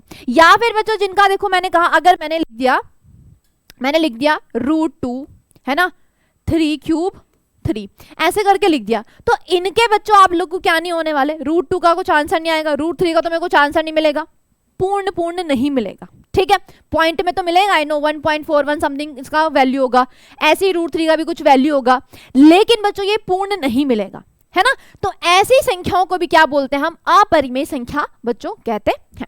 ठीक है, अब बात करते हैं उदाहरण, तो मैंने आपको बता दिया, जैसे √2 हो गया है ना, √3 हो गया। एक और आता है बेटा, मान लीजिए मैंने कहा पाई, तो बेटा पाई की जो वैल्यू होती है ना वो 22/7 के बराबर नहीं, लगभग होती है। मैंने आपको बार बार बताई है ये बातें कि पाई की वैल्यू कभी बेटा 22/7 नहीं होती, बस ये हम अपनी सुविधा के लिए इसको 22/7 ले लेते हैं, अदरवाइज ये बराबर नहीं होती। इसको ऐसा डिस्को डांसिंग वाला साइन लगा है ना, इसका मतलब ये लगभग होती है, एक्यूरेट नहीं होती है। ठीक है, तो जो बेटा पाई होता है ना तुम्हारा, ये पाई तुम्हारा इरेशनल नंबर होता है यानी कि अपरिमेय संख्या होता है, और ये बेटा रेशनल होता है यानी कि परिमेय संख्या होता है, दोनों में डिफरेंस है। आई बात समझ में। ठीक है, तो इस चीज का आप लोग ध्यान दोगे। अगर मैं बात करूं बेटा, अगर मैं बात करूं, इसको हटा दो, अगर मैं बात करूं आपको दिखाया जाए, आपको पूरा चार्ट दिखाया जाए, √2 भी एक परिमेय संख्या है, √3 भी बच्चों एक अपरिमेय संख्या है, √5 भी एक अपरिमेय संख्या है, पाई भी बच्चों एक अपरिमेय संख्या है, ई भी तुम्हारी अपरिमेय संख्या है बच्चों, √7 भी बच्चों तुम्हारी क्या है, अपरिमेय संख्या है। यानी कि ये सभी संख्याएं क्या होंगी, अपरिमेय संख्या होगी, क्योंकि इनका बेटा पूर्ण वर्ग नहीं मिलता। क्या नहीं मिलता, हम लोग को पूर्ण वर्ग नहीं मिलता है, ये पूर्ण वर्ग नहीं होते हैं, इसलिए हमने इनको क्या बोल दिया कि भाई ये कैसे नंबर्स हैं, अपरिमेय संख्याएं हैं। ठीक है, ये चीज हो गई। अब जैसे मान लीजिए बच्चों कि हम लोगों ने कुछ और नंबर लिख लिए, जैसे मैंने कहा बेटा 1.4123759843, ये नंबर ऐसे चलता रहा भाई, ये नंबर आगे रुक ही नहीं रहा, रुकने का नाम ही नहीं ले रहा। तो ऐसे नंबर को भी बेटा हम लोग क्या बोलते हैं, अपरिमेय संख्याएं बोलते हैं। क्या बोलते हैं, अपरिमेय। क्यों बेटा, क्यों बोला इनको ऐसा मैंने, क्योंकि बेटा हम इसको p बाई क्यू की फॉर्म में, p बाई क्यू के रूप में व्यक्त नहीं कर पाएंगे, और जब व्यक्त नहीं कर पाएंगे तो इसका मतलब वो क्या हो गया, इरेशनल नंबर हो गया, यानी कि बच्चों क्या हो गया, अपरिमेय संख्या हो गया। ठीक है, अब देखिए अगर बच्चों मैं बात करूं, अगर आप लोग इरेशनल नंबर और इरेशनल नंबर को ऐड करोगे तो आंसर आपको क्या मिलेगा। ठीक है, इस चीज का ध्यान देना। तो बेटा कभी तो इरेशनल मिलेगा, कभी आपको रेशनल नंबर मिलेगा। अगर बच्चों मैं बात करूं irrational number minus irrational number, यहाँ पे भी क्या होगा, यहाँ पे बेटा कभी इरेशनल मिलेगा, कभी रेशनल मिलेगा। अगर बात करूं बेटा मैं इनके गुणा की, तो यहाँ पे भी क्या होगा, कभी रेशनल नंबर मिलेगा, कभी रेशनल नंबर मिलेगा। ठीक है, अगर बच्चों मैं बात करूं डिवाइड की, है ना, डिवाइड की बात करूं, तो यहाँ पे बेटा कभी इरेशनल नंबर और कभी रेशनल नंबर मिलेगा। यानी कि बच्चों अगर हम इरेशनल नंबर के जोड़ घटाव गुणा भाग करते हैं तो बेटा इनके हमें क्या मिलने वाले हैं, हमेशा या तो इरेशनल मिलेगा या तो रेशनल मिलेगा, कंफर्म नहीं कह सकते। अब मैं एक एग्जाम्पल से आपको समझा देती हूँ, सिर्फ एक एग्जाम्पल समझाऊंगी क्योंकि बाकी सारे ऐसे होंगे। देखो बच्चों, अगर मैं आपसे कहूँ 2 + √3 और प्लस कर दो 2 - √3, अगर बच्चों मैं इन दो नंबर को ऐड करती हूं तो देखो मुझे क्या मिलता है। ठीक है, देखो मुझे क्या मिलेगा, मैंने कहा 2 + √3 + 2 माइनस √3, है ना। देखो अब ध्यान से देखो बच्चों, √3 तो आपस में कट हो जाएगा। भाई क्यों हो जाएगा कट? भाई ये √3 है, वो माइनस का √3 है, कट हो गया, सिंपल सी बात। आंसर आ गया बच्चों 4। और 4 बेटा आपका कैसा नंबर है? रेशनल है, यानी कि परिमेय संख्या है। कैसी संख्या है? परिमेय। ये किसकी बात हो रही है? अपरिमेय की। किसकी बात चल रही है बच्चों? अपरिमेय की बात चल रही है। ठीक है, आई बात समझ में। अब देखिए, अब सेम चीज मैं आपको यहीं करके दिखाती हूँ। मैंने कहा बच्चों √2 + 3, है ना, और फिर मैंने कहा बच्चों प्लस √2 + √3। ठीक है, मैंने ये कहा, मैंने कहा इन दोनों को जोड़ दो भाई, मैंने कहा इन दोनों को जोड़ दो। ये भी रेशनल नंबर है, ये भी रेशनल नंबर है, मैंने कहा अब इनको जोड़ दो। क्या आता है देखो, तो देखो बेटा √2 + 3 + √2 + √3। ठीक है, देखो एक √2 एक √2, कितने √2 है हमारे पास टोटल बच्चों? 2 √2, 2 √2 आ गया, प्लस बच्चों 3 प्लस बच्चों √3। अब बच्चों देखो ये जो नंबर बना, ये तो हमारा रेशनल नंबर है ही नहीं। ये कैसा नंबर है बच्चों? ये नंबर है आपका इरेशनल नंबर, मतलब अपरिमेय संख्या। क्या आ गया? ये इरेशनल नंबर। तो देखो देखो ध्यान से, जब मैंने 2 इरेशनल नंबर को बच्चा ऐड किया, ये भी इरेशनल है, ये भी इरेशनल है, जब मैंने इनको बच्चों ऐड किया तो मुझे रेशनल नंबर मिला। मुझे कौन सा नंबर मिला? Rational number. और सेम चीज मैंने बाद में करी, जब मैंने एक इरेशनल नंबर को दूसरे इरेशनल नंबर से ऐड किया बच्चों, तो हमें क्या मिला? इरेशनल नंबर मिला। क्या मिला? इरेशनल। तो इससे ये चीज कंफर्म हो जाती है कि जब हम प्लस माइनस इंटू डिवाइड करेंगे तो इरेशनल नंबर भी आ सकता है और रेशनल नंबर भी आ सकता है। तो मे और मे नॉट, है ना, यानी कि इरेशनल भी आ सकता है, रेशनल भी आ सकता है। ठीक, ये चीज हो गई। दूसरी चीज आपको क्या याद रखनी है बेटा? आप 0 के इंटू अगर आप इरेशनल नंबर से करोगे तो भी 0 आएगा, और 0 के इंटू बेटा आप रेशनल नंबर से करोगे तो भी 0 आएगा। और ये दोनों का आंसर बेटा क्या आता है हमेशा? इन दोनों का आंसर बच्चों हमेशा क्या आता है? परिमेय संख्या आता है। क्या आता है? परिमेय संख्या। ठीक है, ध्यान देना, ये किसकी बात हो रही है? 0 के साथ। किसकी बात हो रही है बच्चों? 0 के साथ हो रही है। ठीक है, तो इसको इंपॉर्टेंट याद रखना आप लोग। अब बच्चों बात करते हैं, अब बात करते हैं, एक परिमेय है भाई। क्या है? परिमेय है। इस परिमेय को बहुत अच्छे से समझिए, बहुत अच्छे से। ये क्या बोल रहा है कि बेटा मान लीजिए P एक अभाज्य संख्या है। P क्या है बच्चों? ध्यान से सुनिए बच्चों, P क्या है? अभाज्य संख्या है। अभाज्य संख्या मतलब जो सिर्फ अपने और 1 से टेबल्स के में आती है, बाकी किसी के टेबल में नहीं आती। क्या बोला मैंने? जो 1 के और खुद के टेबल में आती है उन्हीं संख्याओं को अभाज्य संख्या कहते हैं। कह रहा है P अभाज्य संख्या है। यदि P A को विभाजित करती है, सुनो ध्यान से, इसने लिखा है कि यदि जो P है बच्चों वो A को विभाजित करती है, मतलब P A को डिवाइड कर देगी, तो बच्चों क्या होगा? जो P होगा, जो P होगा वो A² को भी डिवाइड कर देगा। P क्या होगा? A² को भी डिवाइड कर देगा। अब सुनो ध्यान से, मैंने लिखा बेटा A बराबर 2, A बराबर 2, P बराबर भी क्या लिख दिया? 2। P बराबर 2 क्यों लिखा? क्योंकि बेटा 2 कैसी संख्या है बच्चों? 2 कैसी संख्या है बच्चों? अभाज्य संख्या है। कैसी संख्या है? अभाज्य संख्या। ठीक है, 2 कैसी संख्या है? अभाज्य संख्या। तो मैंने अभाज्य संख्या से A को डिवाइड कर दिया। A क्या है बच्चों? पूर्णांक होगी। A क्या है बच्चों? धनात्मक पूर्णांक। धनात्मक पूर्णांक मतलब सारे प्लस के, प्लस का 2 प्लस का 3 प्लस का 4 प्लस का 5 कुछ भी हो सकता है। ठीक है, आई बात समझ में? तो सुनो अब ध्यान से, मैंने कहा कि मैंने इससे डिवाइड कर दिया। कितना आंसर आया बच्चों? 1 आंसर आया। कितना आंसर आया? आया 1।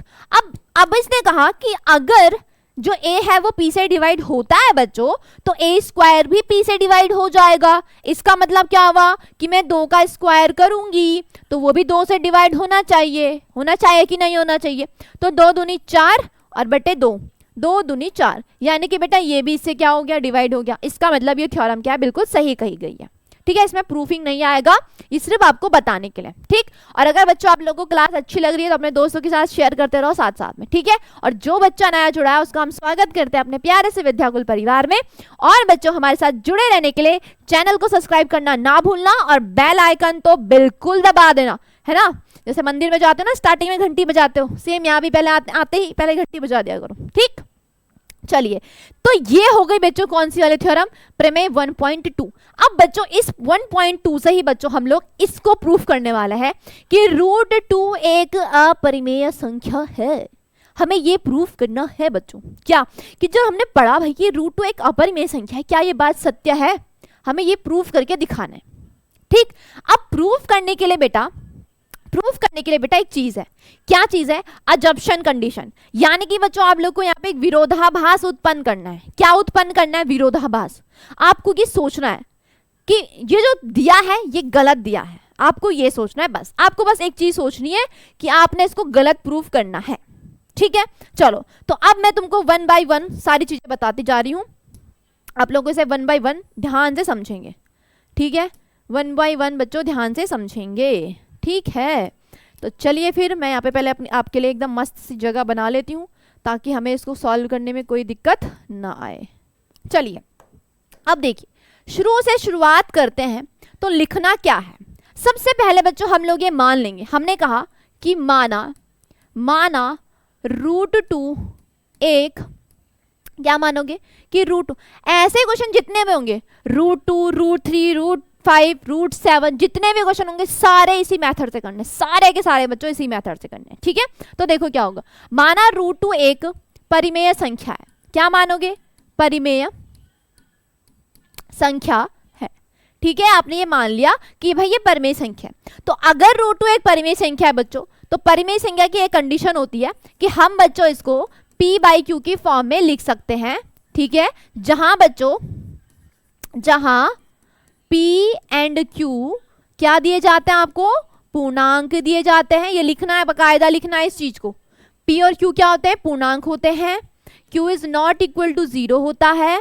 और बच्चों p एंड q बेटा सह अभाज्य होते हैं। क्या होते हैं बच्चों? सह अभाज्य।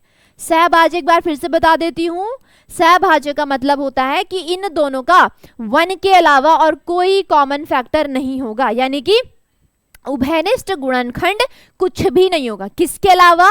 1 के अलावा। ठीक है, सहभाज्य संख्याएं क्या होती हैं? वे संख्याएं जिनका 1 के अलावा कोई अन्य उभयनिष्ठ गुणनखंड नहीं होता है, उन्हीं संख्याओं को हम सहअभाज्य संख्या कहते हैं। यानी कि बेटा ये p एंड q क्या हो जाएंगे? सहअभाज्य हो जाएंगे। याद रखना q is not equal to 0 भी होता है। ठीक, ये चीज हो गई। अब मैं क्या कर रही हूं? दोनों तरफ वर्ग कर रही हूं। दोनों तरफ वर्ग करने पर, क्या करने पर? वर्ग करने पर। ठीक है, वर्ग कर दिया। कितना हो गया बेटा? √2 का square is equal to p का स्क्वायर अपॉन में q का स्क्वायर। ठीक है, ये बन गया। अब इसको खोल लो, कितना बनेगा? रूट। भाई तुम्हें सिखा रखा बच्चा कि जो √2 इंटू √2 होता है उसके मान कितना होता है? उसका मान 2 होता है। कितना होता है? 2। तो अगर मैं बात करूं, ये बन जाएगा 2q स्क्वायर बराबर p स्क्वायर। ठीक, ये बन गया। इसको बोलेंगे इक्वेशन नंबर 1। अब इसको बेटा हम थोड़ा और अच्छे से अगर मॉडिफाई करके लिखने की कोशिश में करूं तो इसको बच्चों में कैसे लिख सकती हूँ? इसको बच्चों में कैसे लिख सकती हूँ?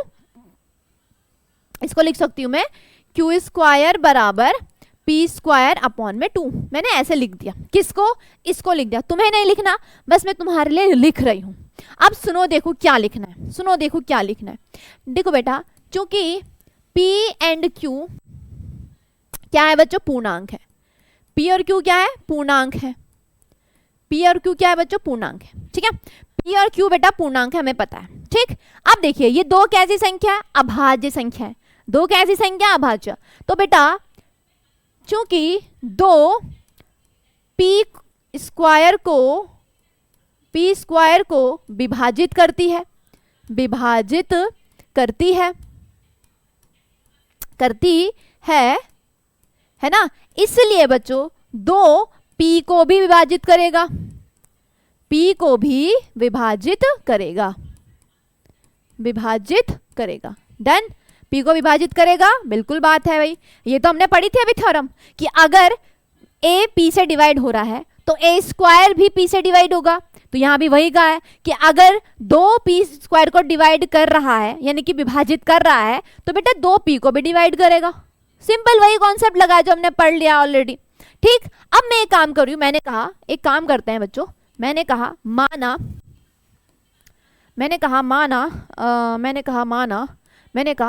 p बराबर 2k। मैंने p बराबर बच्चों 2k मान लिया। ये 2 मैंने क्यों माना बच्चों? क्योंकि बच्चों देखो यहाँ पे भी क्या है तुम्हारा? 2 है। बस ऐसे सोच लो, यहाँ पे 2 है, यहाँ पे भी 2 है, तो इस हिसाब से मैंने यहाँ पे क्या मान लिया? 2k मान लिया। ठीक, अब मैं इसको बेटा समीकरण 1 में रखती हूँ।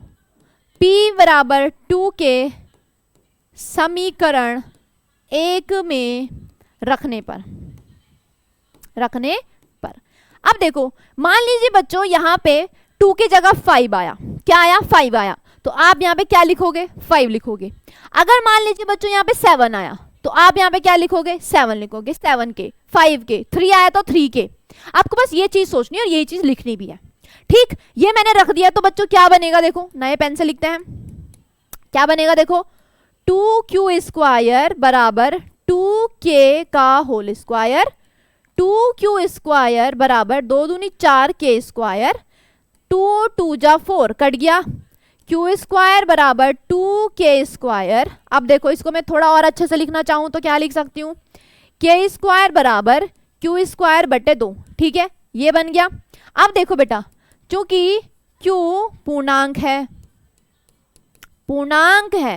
q पूर्णांक है बच्चों, सिंस हम कहेंगे कि q स्क्वायर 2 से विभाजित है, 2 से विभाजित है। सेम चीज लिखनी है, सेम चीज, 2 से विभाजित है। भाई देखो, मतलब मैंने यहां लिख दिया q स्क्वायर बटे 2 का मतलब क्या हुआ बच्चों? इसका मतलब यही तो हुआ कि q स्क्वायर 2 से डिवाइड हो रहा है, तभी तो कुछ आंसर निकलेगा, तभी तो कुछ आंसर निकलेगा। अब जब ऐसी स्थिति होती नहीं तो क्या यहाँ पे k स्क्वायर आता? नहीं आता। मतलब सीधी सी बात यह है कि 2 q स्क्वायर को डिवाइड कर रहा है, तो अगर q स्क्वायर को कर रहा है बच्चों तो q को भी करेगा, तो यहाँ पे लिख दो, इसलिए q 2 से विभाजित होगा, 2 से विभाजित होगा। ठीक ठीक, अब जरा सुनो, दिमाग की बत्ती जलाओ। हमने तो कहा था कि जो p और q है बच्चों, हमने कहा था कि जो p और q है वो तो सहअभाज्य है। सहअभाज्य का मतलब कि इनका कोई कॉमन फैक्टर नहीं है। लेकिन मैंने यहां देखा बेटा, जो p है वो 2 से डिवाइड हो रहा है और जो q है वो भी 2 से डिवाइड हो रहा है। ये कैसे हो सकता है? ये कैसे हो सकता है ना? ये तो गलत हो गया। अब इसको लिखो जरा, क्योंकि p एंड q का एक अन्य उभयनिष्ठ गुणनखंड 2 है। अतः ऐसा किसकी वजह से हुआ? ऐसा हमारी गलत अवधारणा के कारण हुआ, है ना? के कारण हुआ कि √2 एक परिमेय संख्या है। हमने गलत सोच लिया था, हमने यही तो सोच लिया था कि √2 क्या है बच्चों? √2 क्या है? एक परिमेय संख्या है। यही तो हुआ, जिसकी वजह से हमें क्या पता चला कि p एंड q के अन्य उभयनिष्ठ गुणनखंड भी है। यही तो पता चला। हमने क्या देखा? हमने क्या बोला था कि p q ऐसे नंबर्स है जिनका कोई भी उभयनिष्ठ गुणनखंड नहीं है, एक के अलावा, एक मतलब 1 के अलावा। लेकिन जब मैंने कैलकुलेशन करी पूरी, मैंने आपको दिखाया तो मैंने देखा यार 2 भी तो इनको काट रहा है, 2 p को भी काट रहा है, 2 q को भी काट रहा है। इसका मतलब एक के अलावा कोई अन्य उभयनिष्ठ गुणनखंड आ गया और ऐसा गलत हो गया। अब ऐसा गलत क्यों हुआ? क्योंकि हम लोगों ने गलत सोच लिया था कि √2 एक परिमेय संख्या है। अतः यह विरोधाभास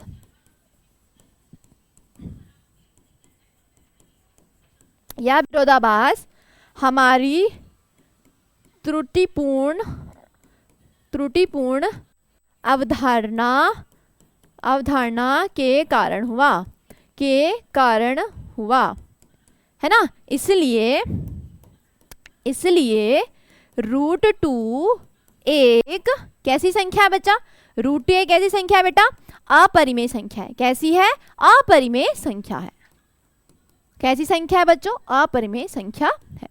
बस अब देखो बच्चों, जहां जहां तुमको रूट 2 दिख रहा है, जहां जहां तुम्हें रूट 2 दिखेगा वहां वहां तुम रूट 3 लिख देना, वहां वहां रूट 5 लिख देना, वहां वहां रूट 7 लिख देना, तो सारे क्वेश्चंस हो जाएंगे, आराम से सारे क्वेश्चन हो जाएंगे। सब चीजें यही लिखनी है, सारी की सारी चीजें यह लिखनी है। जहां बस रूट 2 दिख रहा है, जहां पे तुम्हें रूट 2 2 दिख रहा है, वहां पे आपको दूसरा नंबर लिख देना है। क्या रख देना है? दूसरा नंबर बस, और उसके हिसाब से सॉल्यूशन करना है। बात खत्म, यहीं पे बात खत्म। अब बात करते हैं बेटा इस क्वेश्चन की। मैंने कहा कि सिद्ध कीजिए कि 3 + 2√5 एक अपरिमेय संख्या है, यही सिद्ध करना है। अब फिर से इसमें अपने दिमाग के घोड़े दौड़ाना है, ठीक है। क्या घोड़े दौड़ाने बच्चों? हमने कहा कि 3 + हमने कहा कि माना 3 + 2√5 एक परिमेय संख्या है बच्चों। कैसी संख्या है? कैसी संख्या है? परिमेय संख्या है। कैसी संख्या है बच्चों? परिमेय संख्या है, ठीक है। कैसी संख्या है बच्चों? परिमेय संख्या, ये हमने मान लिया। अब परिमेय संख्या तो लिखने का तरीका, इसको लिखने का तरीका देखो, √5 = P/Q।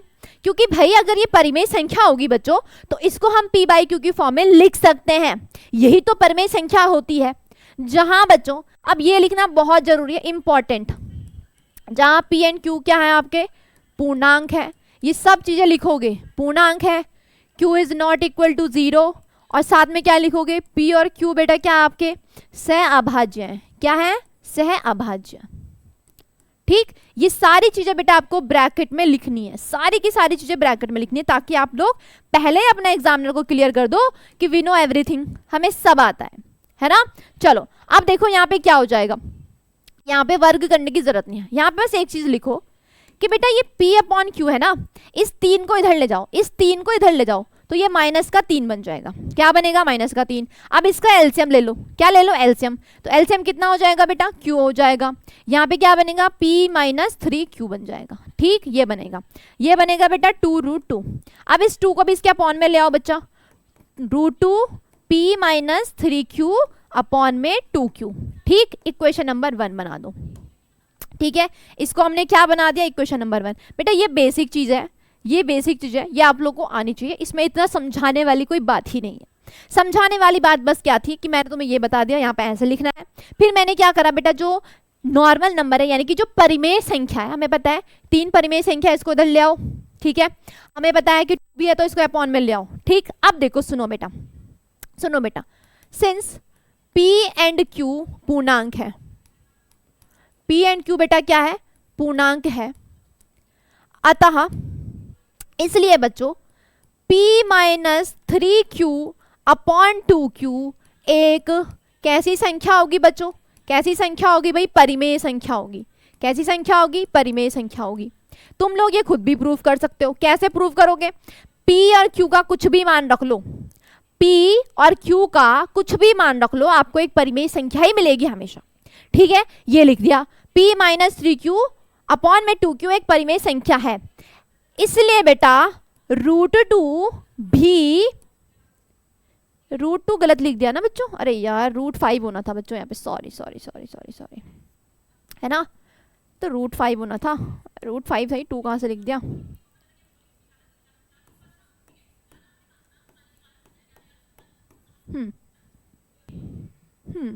ठीक है, ठीक है, ये चीज हो गई।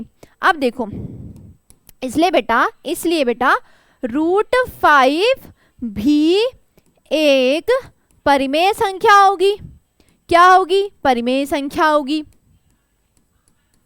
अब जरा ध्यान से देखो यार, एक बात बताओ, मैंने लिखा बेटा 2 = 4/2, मैंने ये लिखा 2 = 4/2 लिखा। बेटा 2 दूनी कितना होता है? 4 होता है, इसलिए दोनों बराबर है कि नहीं है? बराबर, ठीक है। समझ में आया तुम्हारे ये बराबर क्यों हुआ? अब एक बात बताओ बेटा, यहाँ पे तुम्हारी परिमेय संख्या, ये तुम्हारी परिमेय संख्या है, और तुम्हें पता है √5 तो इरेशनल नंबर होता है। क्या होता है? इरेशनल।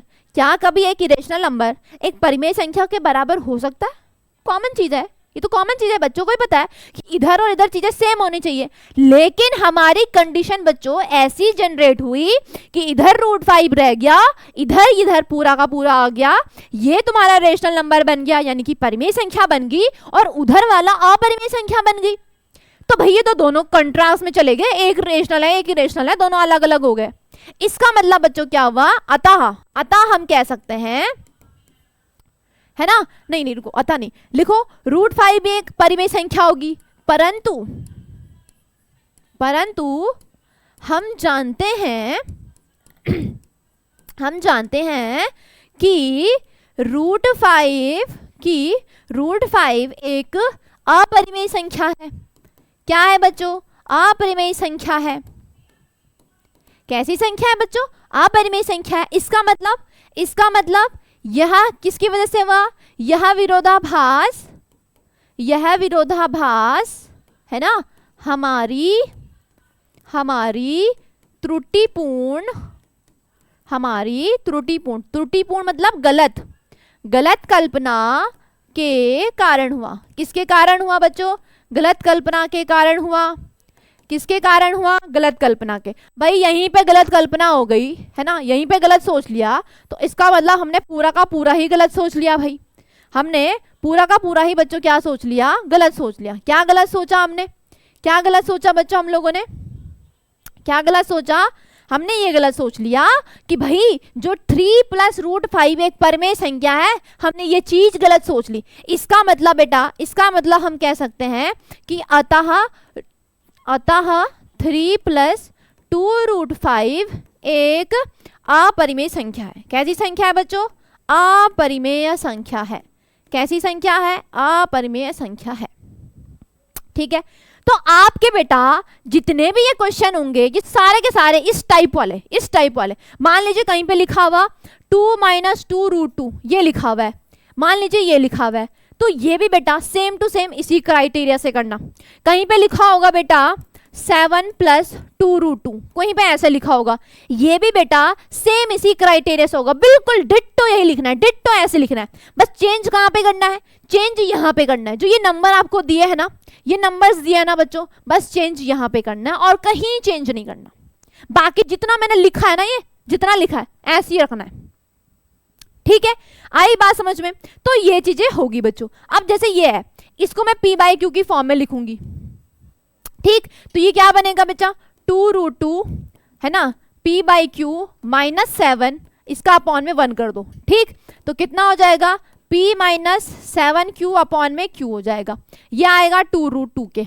ठीक है, किसके आ जाएगा बच्चों, 2√2 के। अब देखो √2 बराबर p - 7q/में 2q, ये बन गया, ये बन गया। अब देखो बच्चा, इधर तुम्हारा रेशनल नंबर, कौन सा नंबर, रेशनल मतलब परिमेय नंबर, परिमेय संख्या, और ये तुम्हें पता है बच्चों ये कैसी है, अपरिमेय है। कैसी है बच्चों, अपरिमेय। बस क्या कहानी लिखोगे कि √2 एक अपरिमेय संख्या है, ये तुम्हारा परिमेय संख्या है। इसका मतलब क्या हुआ, यह हमारी गलत कल्पना के कारण हुआ कि भाई √2 एक परिमेय संख्या है, जबकि √2 एक अपरिमेय संख्या है। अतः हम कह सकते हैं कि जो ये नंबर है ना, ये नंबर जो है ना, ये नंबर, ये कैसी संख्या है बच्चों, अपरिमेय संख्या है। तो आप इससे बहुत सारे प्रश्नों को सॉल्व कर सकते हो, आराम से सॉल्व कर सकते हो बच्चों। ठीक है, तो समझ में आया कि ये कैसे करना है। तो ये तुम्हारे बेटा पूरी की पूरी एक्सरसाइज है, जो आपके लिए क्या है यहाँ पे इतनी है। ठीक है, इसमें 1-2 क्वेश्चन एक्स्ट्रा होंगे, तो वो मैंने आपको बता दिया कि सारे के सारे इसी मेथड से करने, इसी वाले मेथड से करने। ठीक, तो आई होप बच्चों आपको क्लास समझ में आई होगी, आपको ये चीज़ें अच्छी लगी होंगी। अगर आप लोगों को अच्छी लगी है या फिर कुछ आपको कमी लगी है कि मैम इसमें ये चीज़ होनी चाहिए थी, तो आप लोग अपने कमेंट सेक्शन में लिख सकते हो। बाकी बच्चों अपने दोस्तों के साथ इसको बहुत दूर दूर तक शेयर करो, क्योंकि ये सिर्फ आपके लिए बनाई गई है वीडियो, हमारे लिए नहीं है। मैंने तो पढ़ लिया, मैंने तुम्हें पढ़ा भी लिया है ना, तो अपने दोस्तों तक जरूर इसको पहुंचाना। और क्या करना, सारे बच्चे इसको, चैनल को हमारे सब्सक्राइब करके जाना। ठीक है, तो चलो फिर मिलते हैं अगली क्लास में। तब तक के सभी के लिए बाय बाय, टाटा।